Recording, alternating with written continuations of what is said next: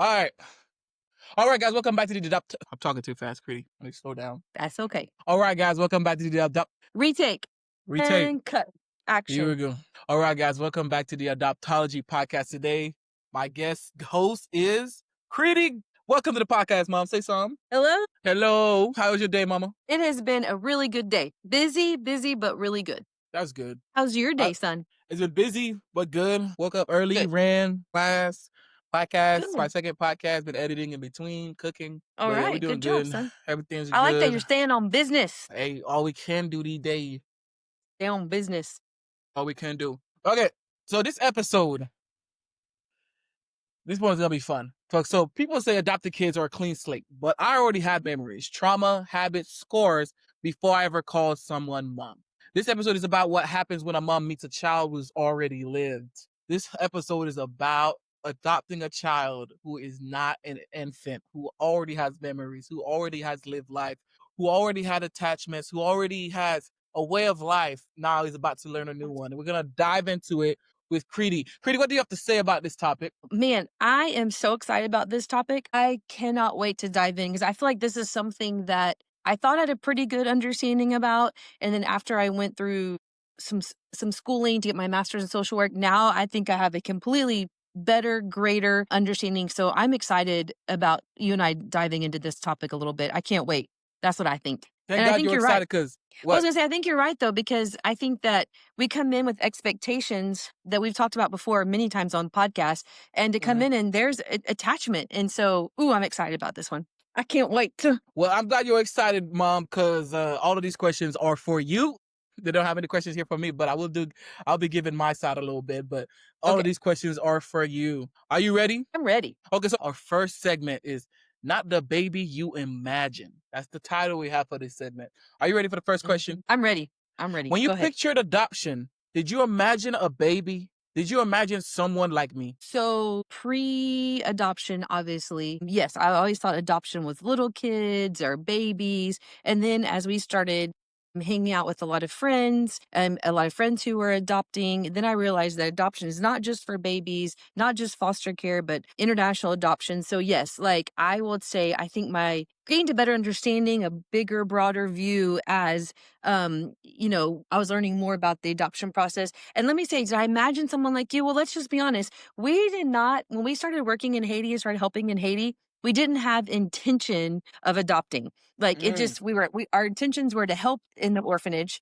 And at that time I was helping with matches, like adoption matches, because that was before Haiti was pre-Hague. And so I was helping adoption matches, and I kept thinking, why is this cute little boy Wilson not adopted? Because you were older. And then that's when Pierre said, I think you should pray about it. So did I imagine adopting? No. Did I imagine adopting an older kid? No. Did I imagine you? No. Big no. Had no idea. But I wasn't scared because we had friends, some friends all around us adopting. Our best friends were adopting from the same orphanage that you're from. So no, I wasn't scared. Yeah, I wasn't sure. Yeah, there you go. Okay. I like that. The unsureness. You weren't scared because Dad said the same thing. He wasn't too scared of the unknown because he just didn't know. You know what I'm saying? Yeah, So I do like how you. What I you do like don't how know, you you're guys not are on the scared same of. wave. Yeah, exactly. So I like you guys are on the same wavelength with that. Okay, well, good. I Okay. hope so. We've been married working on 26 years. Oh, there you go. Okay, next question. What was your first impression of me as a 10-year-old boy with a full personality and a full Haitian accent? You had a big personality. That's for sure. All right. So we first met you on our first trip to Haiti, and I thought that you were so cute. You were full of energy, so excited. They call you Pastor Comique, Pastor Funny. The way that you made the kids listen. I mean, you were like trying to be in charge of that place, right? You were a natural born leader. And I would go to you before the adoption, right? Started process. And I would ask you things like, hey, where's this? Or what's that? And you were just such a good kid. And you know what else also about you? Is you were so like, you would do flips everywhere. You would run up scale the wall and flip over. And you were like, you did crazy ninja tricks, and you just had so much energy and so much life. there was just this presence about you that I was like, "That kid is awesome," which is why when I asked Pierre, I was like, "Why is this kid not matched? He is awesome." Because there was just something I could just see, and I tell you this all the time. There was just something so special about you that I could see in your eyes, and I knew that God had a big plan for you. So that's why, I was totally drawn to you. Okay. It's just my natural Haitian personality that really, I really got y'all under the spell. Yeah, especially that natural Haitian stubbornness. Oh yeah, All that right, was my twin. favorite. That's my We ain't gonna. favorite personality. Okay, we won't go there, right? We can go there. We talk about your stubbornness too. Okay. But Okay. let's move on. Okay? Was there ever a moment where you realize he's not mine, he's him? I think I do actually. Do you remember this story? I had told you the story because you had completely forgotten about it, and I told you I was driving and I was using the orphanage car, and we drove over to the local hotel because you're going to go swimming with some of your friends. Some of your friends are also being adopted by another American mom, and so she was having a little pool party, birthday party, right? And so we went over there, and this was the first time I've ever seen this side of you. You got so stubborn and so mad, and you were like, and it was you were mad because it started lightning and we couldn't go swimming because it was lightning, Oh, and I so you remember were this. so mad. And I was like, "You have no idea how much money we just spent. A lot of money trying to make cupcakes, which is not cheap to buy some of those ingredients in Haiti. And this sweet mom invited us over. This was really her party. She was inviting us to her party, and then you're acting like a little brat." I was so mad. I just yanked you up and I yanked you in the car, and we didn't swim, and I took you straight back to the guest house, and you were I just grounded you from your Kindle for the rest of the evening. And I thought, Not the Kindle "What?" Fire. The Kindle Fire, yeah, and so I didn't know what to do, so I just kinda grounded you from the evening from that, and, I made you go to bed without watching a movie or anything, and so I thought, "What in the world am I getting into? What is happening?" And that's when I realized that you had a different personality than that I don't know, I realized that was my first awakening Mm. to your personality, the other side of your personality. Okay, I like that. That's how you discover the full scope. That was the It full wasn't scope. all joy. It wasn't all joy and smiles. That's when you realize. No, and that's kinda when, and I know we've already kinda had a discipline, podcast, but that's Go kinda when I ahead. had to make a that's kinda when I had to make a decision, like, am I gonna let you get away with how do I discipline you? Because you can't get away with it, but Hmm. how do I know I need you to know that I mean business, but I didn't wanna, at home, I could have grounded you for a week. I can't ground you when I'm only a week in Haiti. So that's why I was Mm, like, "No Kindle for the rest of the evening, no toys, mm. no movie. We're gonna go home and eat, and we're gonna go to bed early." Yeah, that was very So devastating because at that time I was playing a lot of Subway Surfers and watching Phineas and Ferb. So that did affect me in more ways mhm. than I would care to speak about. But I'm glad you that is remember that. great. I do remember that it was at that. I remember who was there Like, too. It was one of that old orphanage friend I had. I think Darrell, right? It was with yeah, Darrell and them. I think so. I think so, Yeah, I yeah. remember them. Okay. This next segment we're about to get into is attachment isn't automatic. Are you ready for Yeah. this? I know you have your notes ready for this exact section right here, mama. So are you ready? This is what I'm ready for. I'm super excited about this. All right, take your time with this. So, what did you learn about attachment that you didn't know before adopting? Okay, so before and during at the beginning of our adoption process, felt like I thought I had a good picture of what attachment was. Like I Hmm. thought that we were pretty patient with you on what attachment looked like, and you calling us your mom and dad and son, and I was we were real patient with some of the bonding, and I kept telling myself, give it time, it's gonna take time. So I felt like I had a pretty good understanding of that. And I think for what knowledge we had, I think we did the best that we could, right, with the knowledge that we had. But as I went back to school, not too many years ago to get my master's in social work, my mind was blown. I got so excited as I was learning about attachment theory. And I was Mm, learning about attachment theory. I thought this is what adopted parents need to know. This is what people need to learn in the foster care, adoption, whether it's grandparents adopting a kid, whatever it is, we need to understand this, what the attachment theory is, right? And mm, the attachment theory goes back to the bond that a child has with a caregiver. And so I think if we I think if we can all understand that a little better and a little deeper, I think it can make a really big difference in the bonding process for kids, right? Because that bonding doesn't happen overnight. It's not going to happen in a week. Like it's a natural process that has to happen with kids anyway. But I'm blown away by the attachment theory and how it can apply and how it affects adopted kids. So it's Mm, so exciting for me to think of the correlation between the two. okay. So yeah, I well can't wait to hear your insight with this next question. Was there a moment you were scared we wouldn't bond? I think the moment that I think more at the very, very beginning, I was scared we weren't gonna bond, but more at the beginning, I think it's that initial fear of we had kinda already started doing a little bit of the legwork adopting you, but we hadn't formally asked you yet. So I think that very beginning I was scared, but I Mm-hmm. think once I started making trips regularly and we started spending time together, I think that fear kind of subsided. But I think that fear came back again a little bit when we got you home to the States because you were in a different you're different in your natural environment in Haiti versus your environment in the United States and in our home. So I think then that fear came back again a little bit because it's like, Mm-hmm. well, are we going to bond? We bonded in Haiti. Are we going to be able to bond here in the United States? Are we going to be able Mm-hmm. to bond in our home? Are we going to be able to bond now that the siblings are not just taking a week trip here, a week trip there, but an every day in our life? So I think that fear came back again, and I think that fear came back again. And this is just being very honest when you kind of shifted and got older, like the age of like 18, I mean, now you're 22, but like 18, I think it shifted again like, oh, wait, what does this look like? What does bonding look like with an 18-year-old adopted as we're shifting and as you're growing up and you're changing? I think that fear kind of came back a little bit, but Mm. I don't have that fear anymore. I think we've overcome all that. So Yeah, those we are some of the did. different stages I've had. Yeah, we did. Okay. I think it's how as I grew up, the fear changed and Hmm. it takes a different type of bonding for every stage in life, different type of Yeah. understanding, different type of perspective. So I do get that.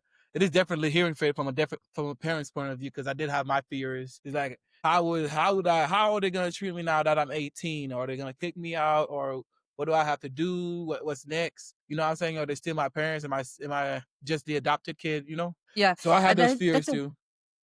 Yeah, that's a big part of the attachment, right? Is adopted kids fearing, are we going to send you, not, you weren't, we're just sending you back to Haiti, but it's like, well, are you going to treat me different than my siblings? Are you going to help me with college? Are you going to help me with getting a car? Are you going to help me with these things? Hmm. Are we going to treat you the same as your siblings? Yeah. Yeah, I do have all those thoughts. I'm also not a person that likes to ask for help. That's one thing I've been trying to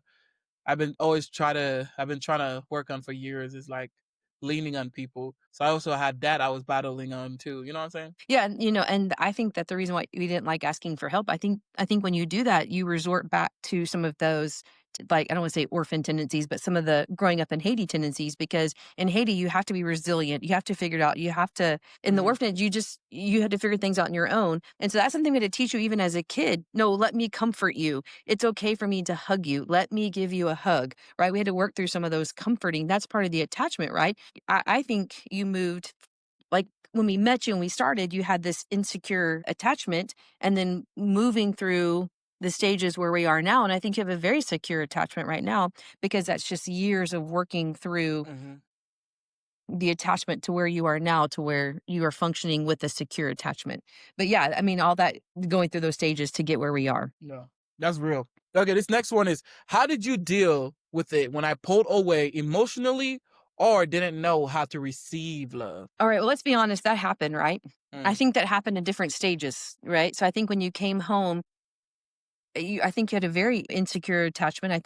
I personally feel like you had avoidant attachment where you were trying to just avoid things. You would shut down and avoid things. And so I just remember I had to tell myself, God, I wish I had gone to school earlier because I think it could have helped me so much to be more patient with you or to get a better understanding of what is truly happening, which was attachment. mm, The attachment stuff struggles you're struggling with. But I just had to keep reminding myself over and over, just be patient, just be patient. He doesn't understand.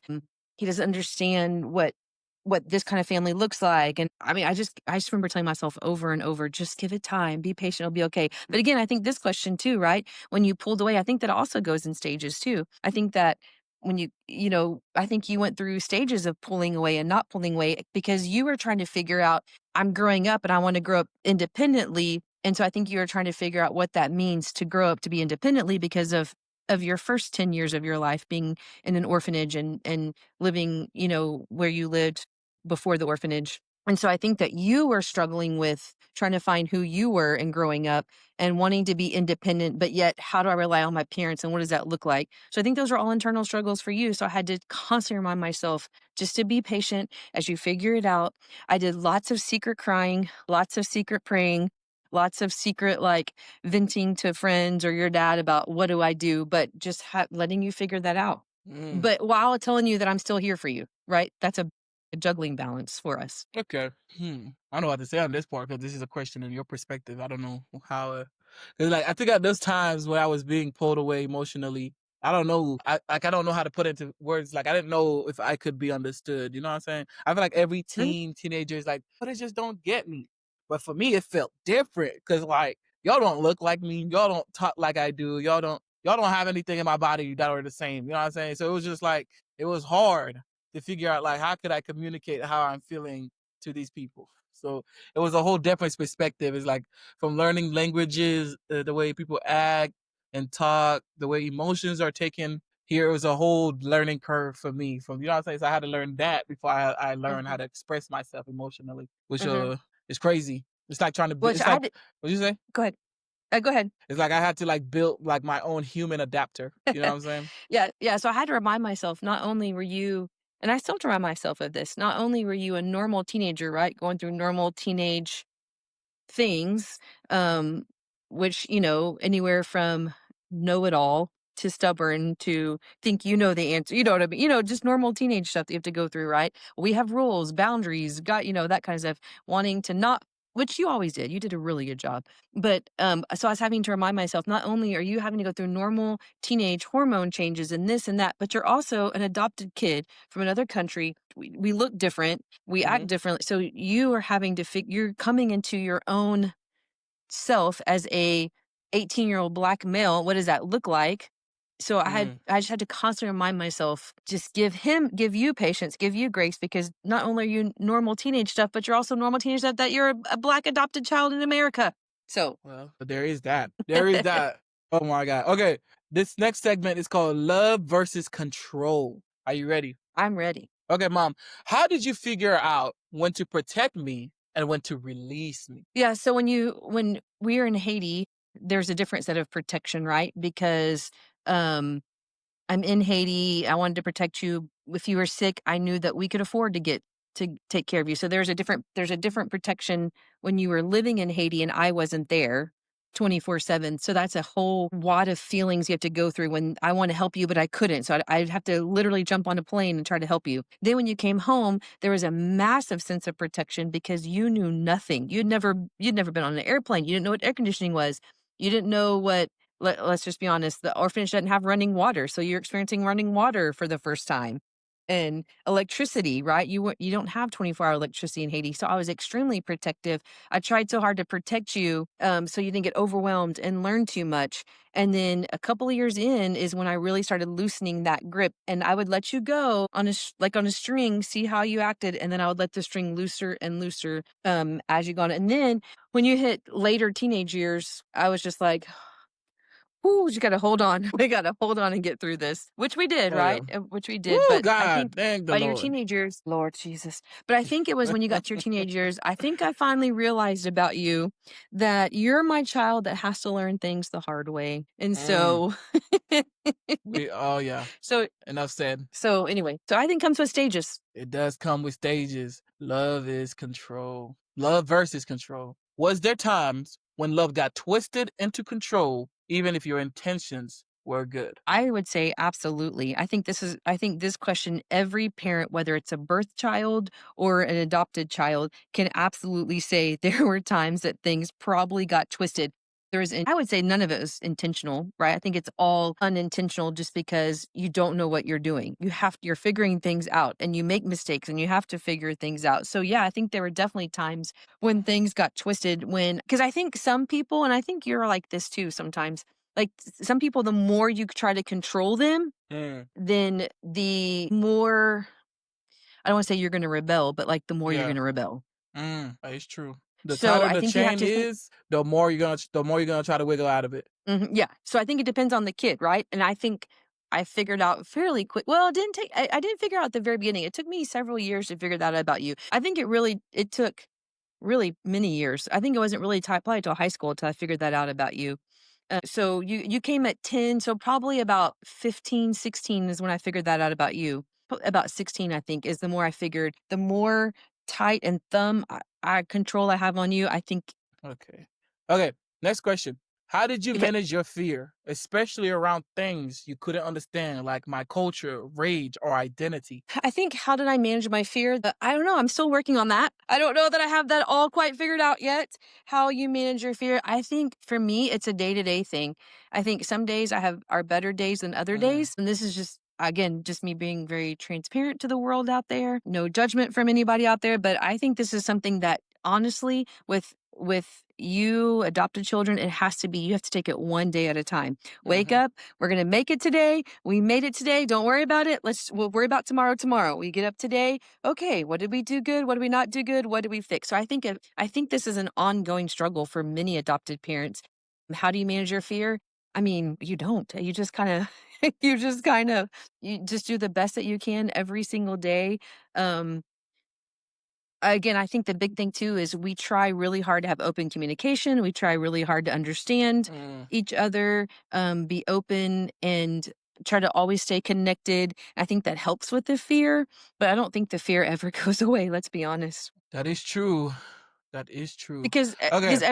every season is different, and then every new season, it could bring a new fear, right?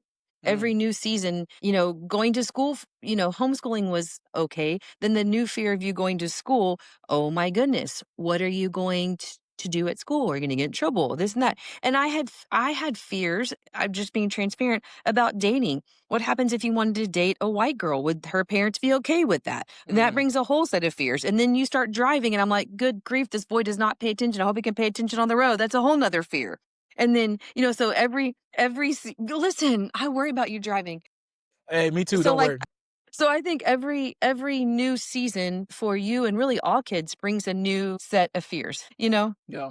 Every new So that's season what I does think. bring a set of fears. I can relate on that too. Like every new season, every time I age, every time I experience something new, it Hmm. brings a little bit of fear, but that usually gets overcome as like time. Yeah. And usually when I see fear, I just walk it straight into it. Yeah, Except that's snakes. good. I cannot do snakes. Snakes, but yeah, I can understand on that. Okay, this next segment we have is the long game of love, Creedy. Are you ready? I'm ready. Okay. What's something you planted in me back then that you see now? Ooh, what do I plan to do that I see now? I know you got a few. I think something that I worked really hard when you came home was to open communication because you Haitians, I don't want to call Haitians out, but because I love Haitians with all my heart. But I think that's something that a habit that you kind of picked up in Haiti is you don't always talk about your emotions and feelings. You don't discuss what's happening. You're just and that's some of that's culture, right? You're Mm-hmm. told what to do. You're told this is that. Haitians are the most resilient people I've ever met, so it's like you're resilient, you get up, you do it again, right? But I think I worked really hard when you're little to teach you, oh, share what you're feeling, communicate with me, let's talk about this. And that was really, really hard because you did not want to talk about things. You could barely speak English, but I think we've succeeded in that, right? Because I think you Mm-hmm. have no problem sharing your mind or your opinion, hence a podcast or multiple podcasts that you have. So I think we open that, I think we open that good beast in Yeah. you, that good beast to share your thoughts, share your opinions, and not to be afraid, but to Mm-hmm. be who you are and who God made you. I think that we're successful in that in where you are now. I would say. I would say that too. I would say too. It has come like I mentioned before. Like I had to learn how to talk. I had to learn how to articulate. I had to learn how to think in a new, different way than I used to think. And yeah, that has helped me a lot to be the person I am today. So I'm really grateful for that. I do want to say thank you to you and the family, including you two, Grace and Faith. I did learn how to talk from you two a lot. You know what I'm saying? Y'all be arguing crazy. But yeah, thank you to the Gunter family. Okay, That's you too. You're the Gunther family. that is true. Okay, next question. What does it feel to see me grow, not just out of pain, but into power? and to power. Oh, let's see. I'll say this. We're not gonna. I'm not gonna cry, but if the moment I think back to in Haiti, watching how hard that adoption process is, watching you come home and the way that you've learned and grown and matured, and even as you matured the past few years, it really it just takes my breath away, and it causes me to just so much. I'm so proud of you, and to see how you've come. I mean, Wilson, 11 years ago, you didn't even know what running water was. Like, you didn't even know what air conditioning was. You didn't know. And now look where you are. You're in college, you're growing, you're successful. You've got these podcasts, you're doing amazing things. I'm so proud of you for overcoming and accomplishing so much in your life. It's just it's amazing and awe-inspiring to see what you've overcome and what you've done and to where you are. It's very I'm very, very, very proud of you. And all glory to God, because Uh, we are not perfect. We don't know what we're doing. We make mistakes. And I just have to remember that the Lord has big plans for you. Like He told me when you were little, He told me in the orphanage. And I hold on to that every single day for you. I like that. Thank you for that. I am trying, cause took a lot of stubbornness and a lot of learning the hard way to see what I'm capable of doing. And it all started with the family instilling that belief of can do. You know what I'm saying? Can do, can Mhm. overcome, can do these, can go there. So learn that. You Mhm. can do anything if you put your mind into it. You can grow wherever you want to grow if you put your mind into it. The only obstacle in anything is you. So get rid of That's that. right. You're great and you're great.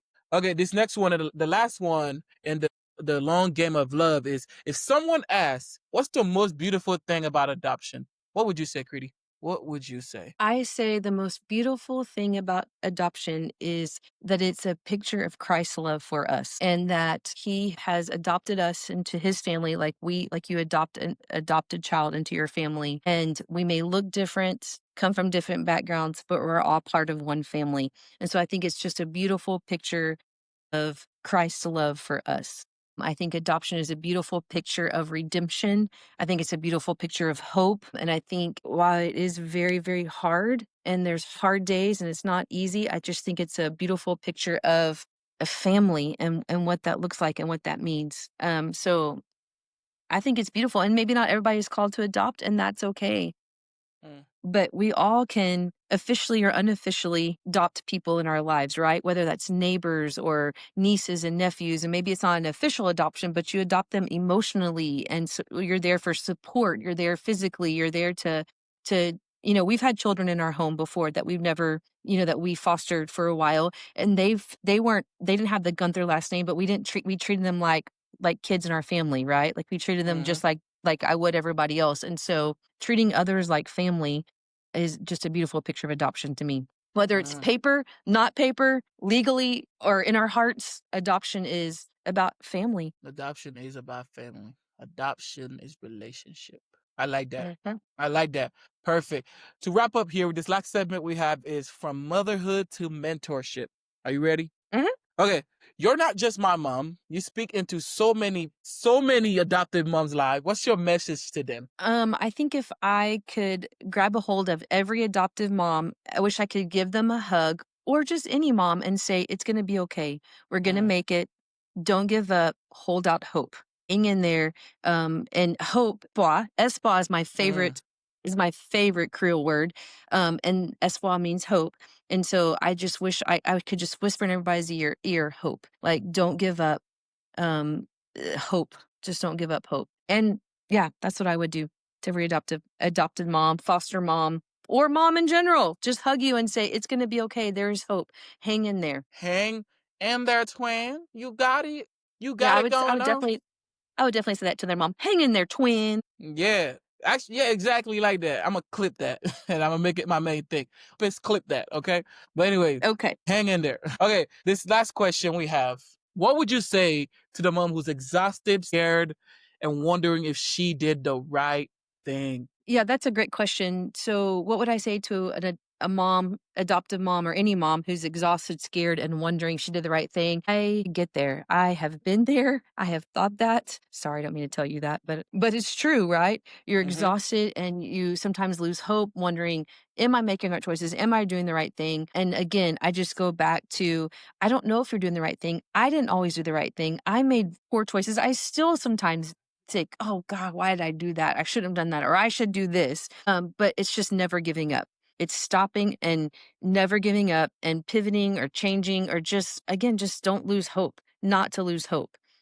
Just not to give up. I think if I were to go back, and one of the things I wish I had known a little better when you were before the adoption process, at the beginning of the adoption process, I wish I had learned about attachment theory and what secure, insecure, avoidant, insecure, anxious, and secure attachment, disorganized attachment. I wish that I'd understood that better so I kind of knew where you're coming from and be able to put names with it. So just so I could have a better understanding of what that meant for you, right?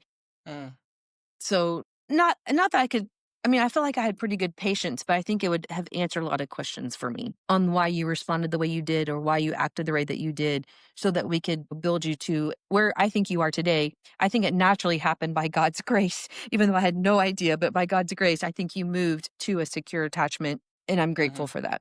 But yeah, I highly recommend adoptive parents. Google it, research it. I mean, it Read is books. read books. Just it blew my mind once I started learning about that in school and relating it to adoption. Yeah, for sure. Okay, that's awesome. That is lovely. Great advice. If you know anybody that needs to hear this, send them this clip, send them this episode. They will appreciate it. Okay, so to wrap up here, you see, adoption didn't make my mom my mom. Her love over time and patience did. Mom, what do you have to say about that? What made you into my mom? What do you think did that? Yeah, I write. I don't, it's not a piece of paper, right? Mm-hmm. You don't sign a piece of paper and automatically love is there, or there's this automatic thing, right? Mm-hmm.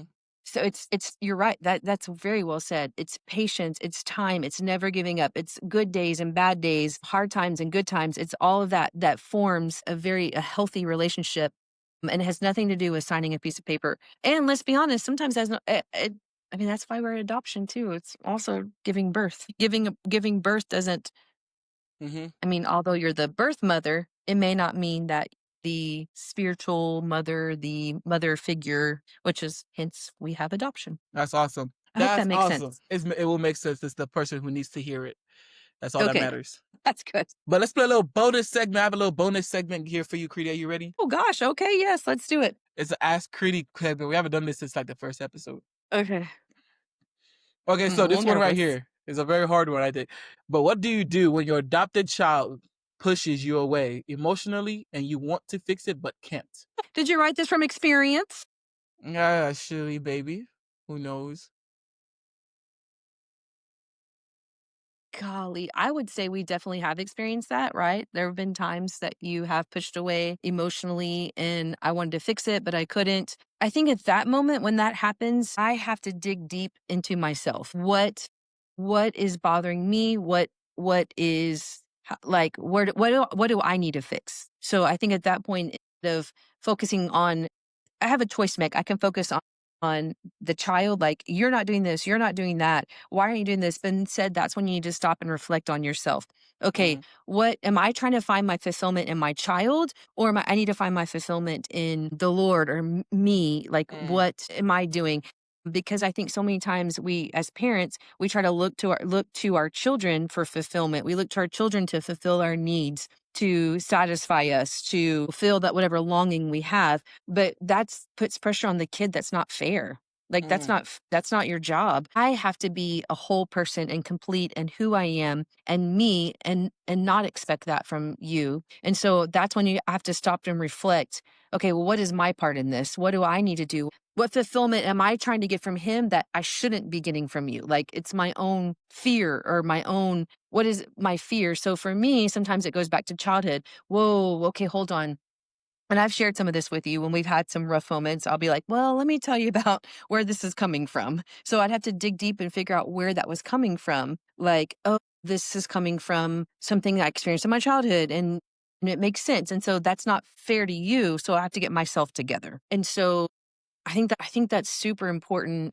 If a child pushes away, you have to reflect on yourself, and then also being to you, and just letting the kid know, hey, I love you. I'm here for you when you're ready. I'm not going anywhere. Whenever you're ready, let me know. Kind of a thing. Like just, but not nagging about it, but just letting them know. No, no, that is a you left me a tough question there. I think you answered it well. Well, I that think was you a hard answered it. question. I Oh, treat thank everything you. with love. You answered it well. And hey, this question is not for me to understand. It's for the people who are in your position to understand. And they will. Okay. And Okay. they Well, good. I will. hope so. But I think you did a good I job. hope so.